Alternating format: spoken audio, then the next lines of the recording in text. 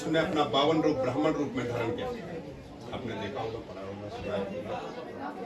तो जब राजा बलि के पास हो गई 3 पग पृथ्वी वो दान के लिए, तो 52 अंगुल का आदमी इतना ही बड़ा होता और 3 पग से भी उसकी इतनी होती। तो राजा बलि बोले, मांगा भी तो क्या, ब्राह्मण दे, कुछ और चीज मांगे। तो भगवान विष्णु बोले, हमको मात्र 3 पग पृथ्वी से मतलब और संकल्प करके हमको दे। जब राजा बलि ने संकल्प लिया तो भगवान ने अपना विराट रूप दिखा दिया। पहले पग आकाश को नाप दिया, दूसरे पग में धरती लोक को नाप दिया, तीसरा पग तो रखने को जगह नहीं थी। अब राजा बलि बोले, मेरे शरण में उनको उपासना करा। यही विष्णु समर्पित मंदिर है और माता पार्वती भोलेनाथ का विवाह स्थल है। तो आपने सुना होगा जो दक्ष की पुत्री हरिद्वार कनखल में राजा दक्ष का मंदिर है। राजा दक्ष ने बाद एक बहुत बड़े विशाल यज्ञ का आयोजन किया। सारे देवी देवता ऋषि मुनि संतगण सबको बुलाए, लेकिन बेटी और दामाद को नहीं, जबकि स्वयं दक्ष के दामाद थे देवों के देव महादेव और बेटी थी सती। अपमानित होने के कारण जो है माता सती ने अपनी देह को भस्म कर दिया और यज्ञ विध्वंस हो। फिर उनका पुनर्जन्म कहाँ होता है? ये पर्वतों के राजा होते हैं हिमवंत राजा। हिमवंत राजा की पत्नी होती है मैना।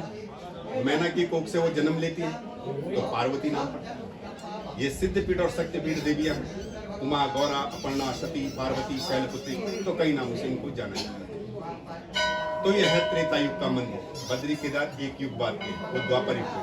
त्रेता युग में मर्यादा पुरुषोत्तम भगवान राम ने जन्म लिया, द्वापर युग में भगवान कृष्ण ने। तो ये एक युग पहले का मंदिर, ठीक। तो त्रेता युग में इन्हीं भगवान विष्णु को साक्षी करके राजा हिमाचल ने अपनी पुत्री पार्वती का कन्यादान यानी पाणी ग्रहण संस्कार यही करवाया। ब्राह्मण की भूमिका निभाई थी ब्रह्मा जी और ऋषि गृगाचार्य।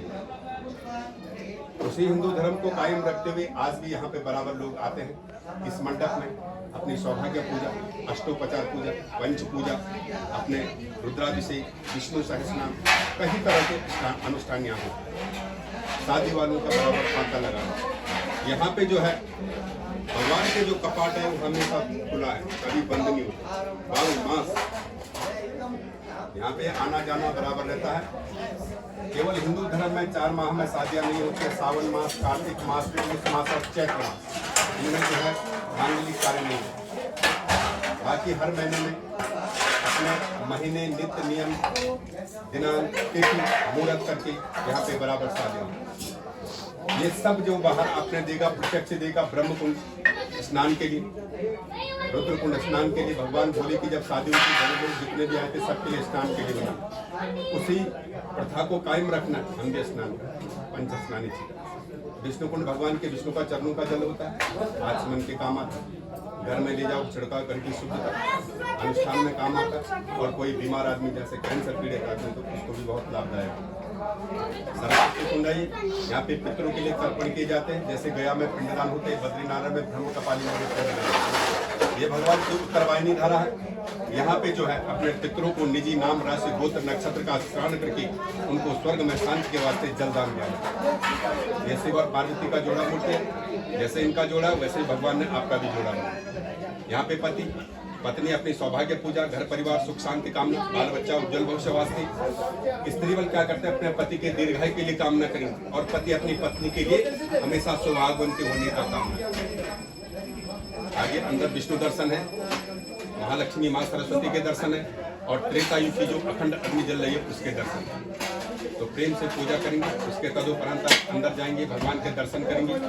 लकड़ी चढ़ाना हो, लकड़ी वाला वहीं रहता है, इच्छा शक्ति से लकड़ी दान करता है, कोई पे किसी का रोक टोक नहीं है। तो ये यहाँ का वर्णन है, तो प्रेम से बोलेंगे सत्य सनातन।